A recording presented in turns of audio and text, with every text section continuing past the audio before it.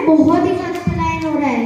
इस पलायन को दर्शाते हुए हम तीनों ने एक नाटक बनाया है। इस नाटक में मैं एकलव्य एक पिता का किरदार निभा रहा हूँ, मेरा भाई आरव मेरे बड़े बेटे का किरदार निभा रहा है और मेरा दूसरा भाई अनिरन्या मेरे छोटे बेटे का किरदार निभा रहा है। तो आप सभी लोग अपनी सीट की पेटियां बांध लीजिए और हमारे नाटक का आनंद लीजिए। तो चलिए शुरू करते हैं।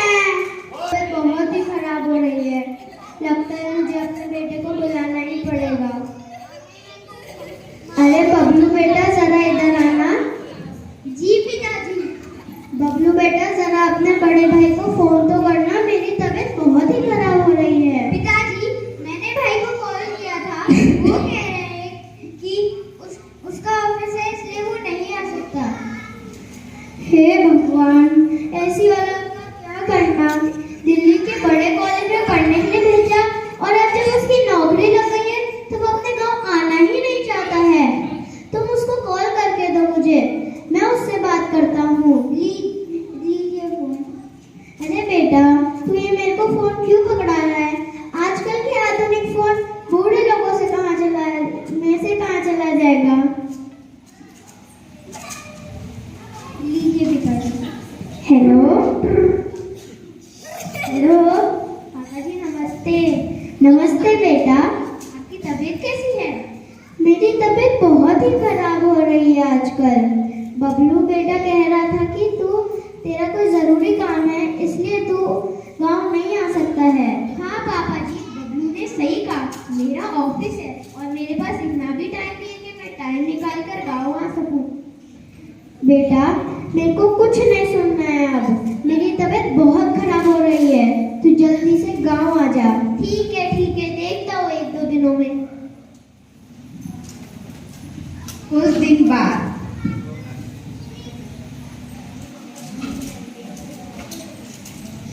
पिताजी भाई आ चुके हैं।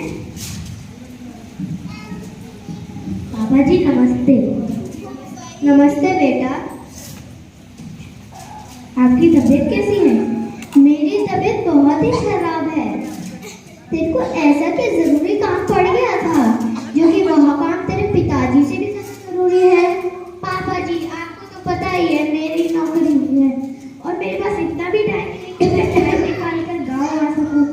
वैसे भी इस गाँव में रखा ही क्या है, ना ही अच्छे हॉस्पिटल है जहाँ मैं आपका इलाज करा सकूं, ना ही अच्छे स्कूल है और ना ही अच्छी नौकरी है, तो फिर गाँव में रहने का फायदा ही क्या है? नहीं भाई नहीं, ऐसा नहीं है। सरकार ने हमें बहुत सारी सुख सुविधाएं प्रदान की है।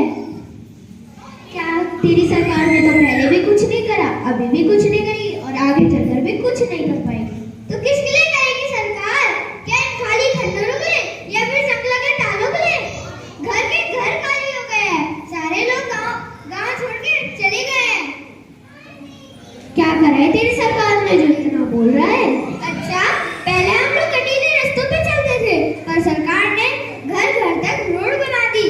पहले हम लोग बंटे और कागर में पानी लेने जाते थे पर अब सरकार ने घर घर तक पाइपलाइन ला दी। पहले हम लोग लकड़ी के चूल्हे पे खाना बनाते थे पर अब सरकार ने गैस सिलेंडर घर घर तक पहुंचा दिए जिससे हम लोग गैस स्टोव पे खाना बनाते हैं।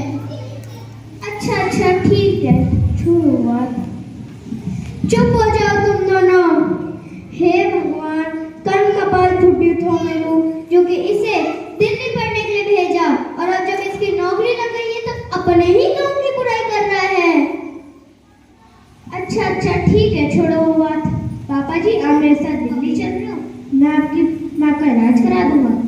बेटा तेरी दिल्ली तेरे को ही मुबारक, मैं उस दिल्ली की प्रदूषित हवा में कतई नहीं जाऊंगा।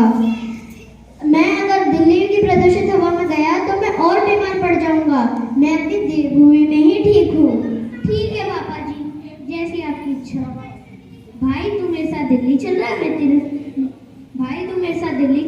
तेरी नौकरी लगा दूंगा। नहीं भाई नहीं, पिताजी का ध्यान कौन रखेगा और मैं कोई ऑनलाइन नौकरी ढूंढ लूंगा और जितना भी समय बचे मैं उसमें खेती बाड़ी कर लूंगा। ठीक है, आप दोनों नहीं जा रहे तो मत जाओ, मैं जा रहा हूँ दिल्ली। पापा जी नमस्ते।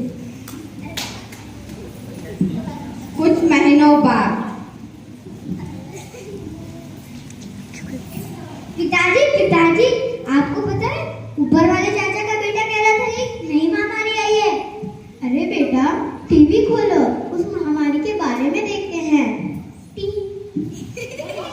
अरे बेटा, यह महामारी वाले तो कह रहे हैं कि दुनिया में बहुत ही बड़ी महामारी आई है।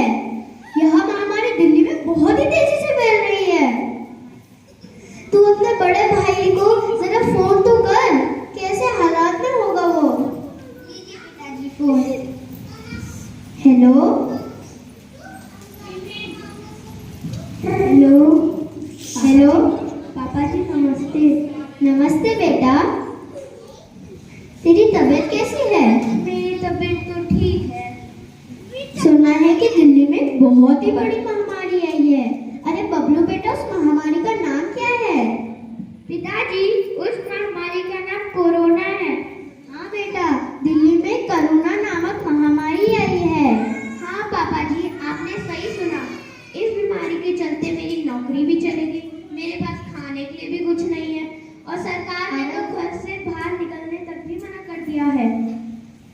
अरे बेटा, मैंने तो तेरे को कहा ही था दिल्ली में मत जा, लेकिन तूने अपने बड़ों की बात नहीं सुनी। चल अब छोड़, जो हो गया सो हो गया। तू जल्दी से गाड़ी बुक करके गांव